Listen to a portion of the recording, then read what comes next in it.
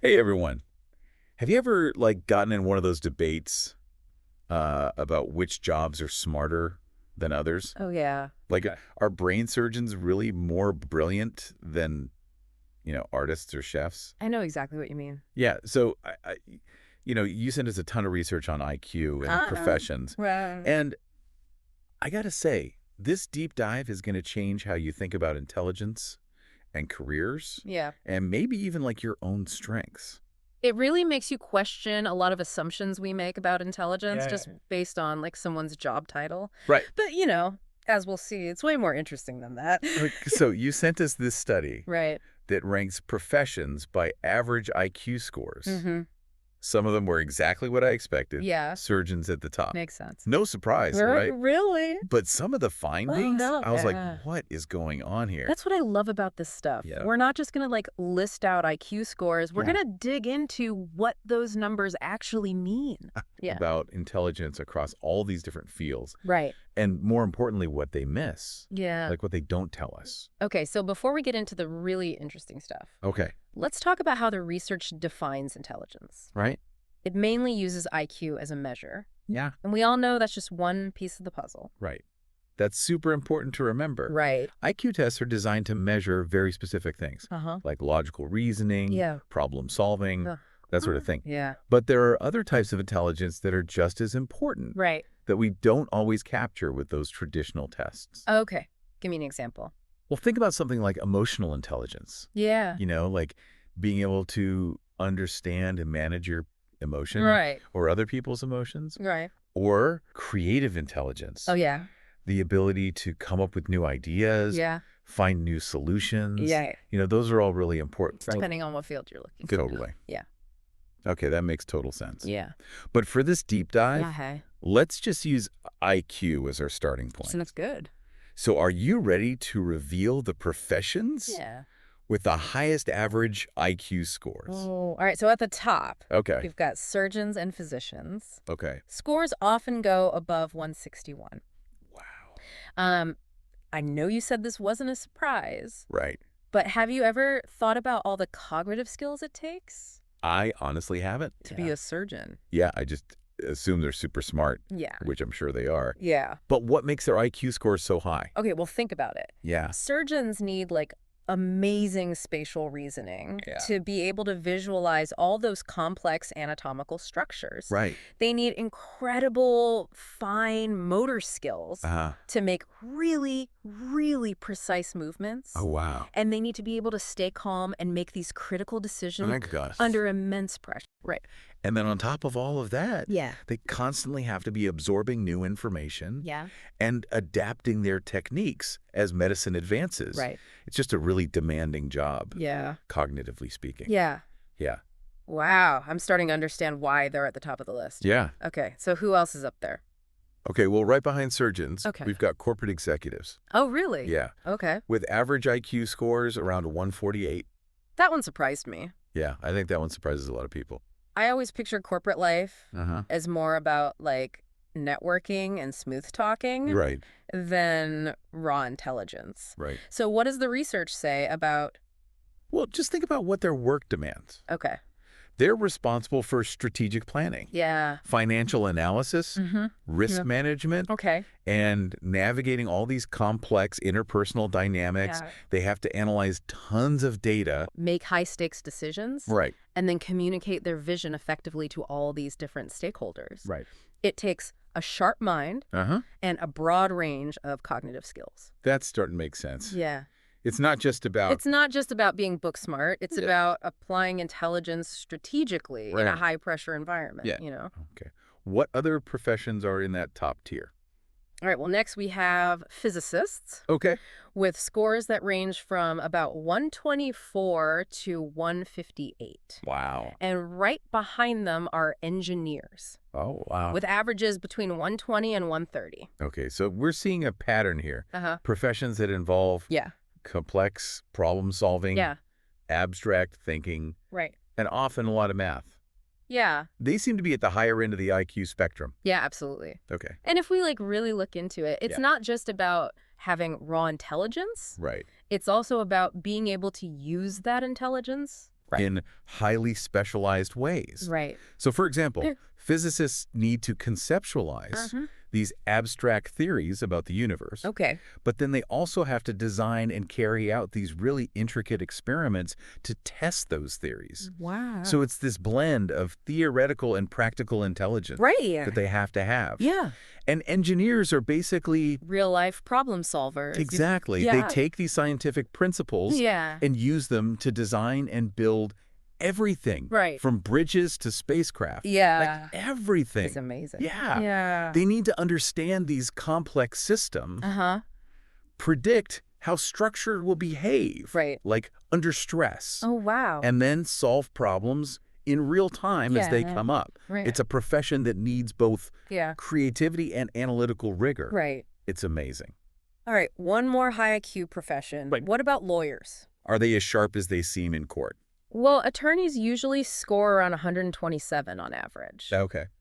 They have to absorb and understand so much legal information, Right. then think logically to build these persuasive arguments, Yeah. and then also anticipate their opponent's strategies. Wow. It's a really mentally demanding job Yeah. that needs a combination of analytical thinking, Right. verbal fluency, Uh-huh. and strategic planning.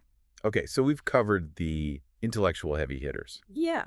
But I think it's important to remember Yeah. that not all professions need a genius level IQ You're absolutely to right. be successful. And that's where it gets really interesting. Okay. Because the research also shows some unexpected things Okay. about the nature of intelligence itself. Okay. We've been talking about professions at the higher end of the IQ spectrum. Right. But what about those in the middle? Oh, yeah. Like, do those jobs require less intelligence? That's a really important point. Yeah, Because if we only focus on IQ, We miss all the other amazing skills that people need right, in professions that maybe don't score as high Yeah. on those tests. right. I'm thinking of like teachers Yes. or nurses. Exactly. They need a ton of intelligence, Oh, absolutely. but maybe not in the way we usually think about it. Yeah, like teachers, for example. Yeah, Their average IQ might not be as high as surgeons, right, but they have such a unique blend of intelligence right. that you need to be a good teacher. What kind of intelligence are we talking about? Well, think about the challenges a teacher faces every day. Yeah. They have to understand these complex educational theories, manage a classroom full of different learners, Yeah, adapt their teaching to each student's needs, right. and create a supportive and engaging learning environment. That's a lot. It's so much. Yeah. We're masters of communication, Right. empathy, Yeah. and practical problem solving. And patience. Oh my gosh, yes. I don't think I could handle a classroom full of kids. It's a lot. Okay, what about nurses? Okay, so nurses, Yeah. they're the unsung heroes of healthcare. Yeah. While their IQ scores might not be as high as doctors, Yeah. their work needs this unique combination of skills. Okay. You need cognitive skills, Uh-huh. emotional intelligence, Yeah. and physical dexterity. Wow. They have to be able to assess patient needs really quickly, Yeah. give medications accurately, Oh, yeah. use all this complex medical equipment, Right. and provide emotional support to patients and their families, Oh my gosh. all while staying calm and compassionate Yeah. in really stressful situations. That's amazing. It's a lot. So we're seeing that intelligence takes many forms, Totally. and it's not always reflected in an IQ score. Right. Which brings us to Yeah. what I think is the most interesting part of this study. Okay. The professions on the lower end of the IQ spectrum.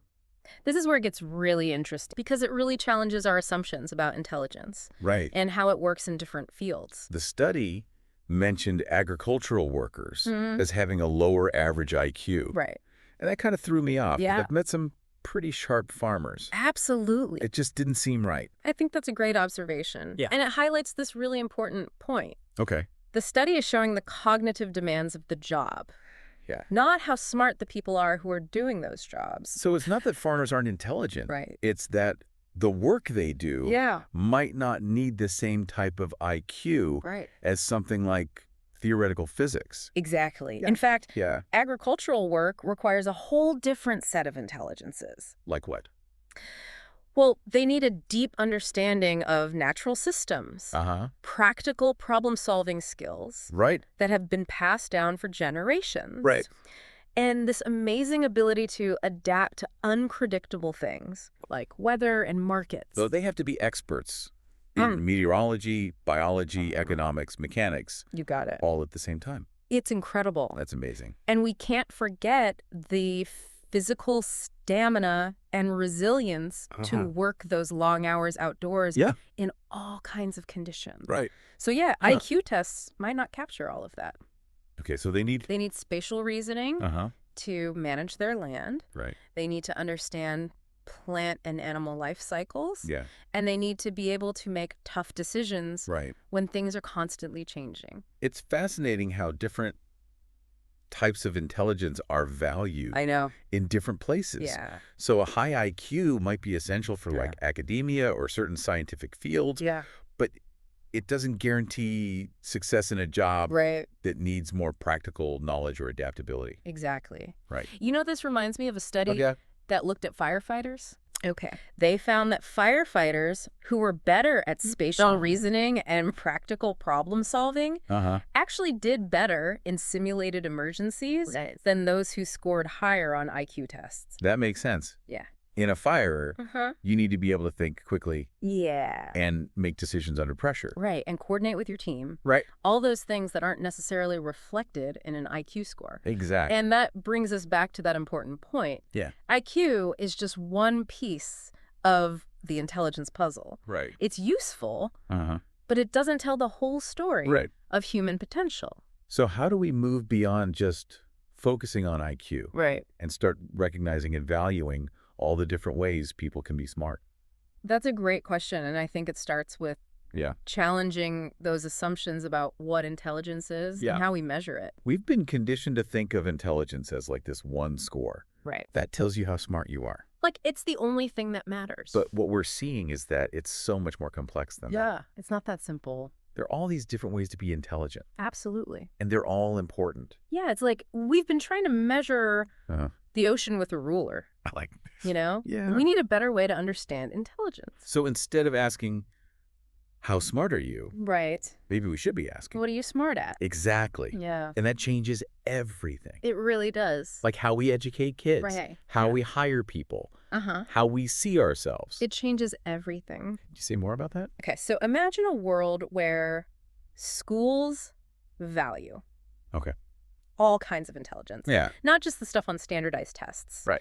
Like, what if they valued artistic expression just as much? Yeah. What if they taught emotional intelligence alongside math? I love that. What if hands-on learning was just as important as theoretical knowledge? That sounds amazing. Right. Like a much better learning environment. It would be so much more inclusive. Right. And we need to do the same thing in the workplace. Yeah. What if, instead of just looking at IQ tests and resumes, Uh-huh. we assessed candidates on their problem-solving skills, Okay. their communication skills, Yeah. their ability to work in a team, I like that. their resilience, Yeah. you know? That would make for a much more diverse workforce. Oh, absolutely. Yeah. And I think it would lead to Yeah. more innovation, Yeah. more productivity. Because people feel valued Yeah, for their unique contribution. exactly. Yeah. So Yeah.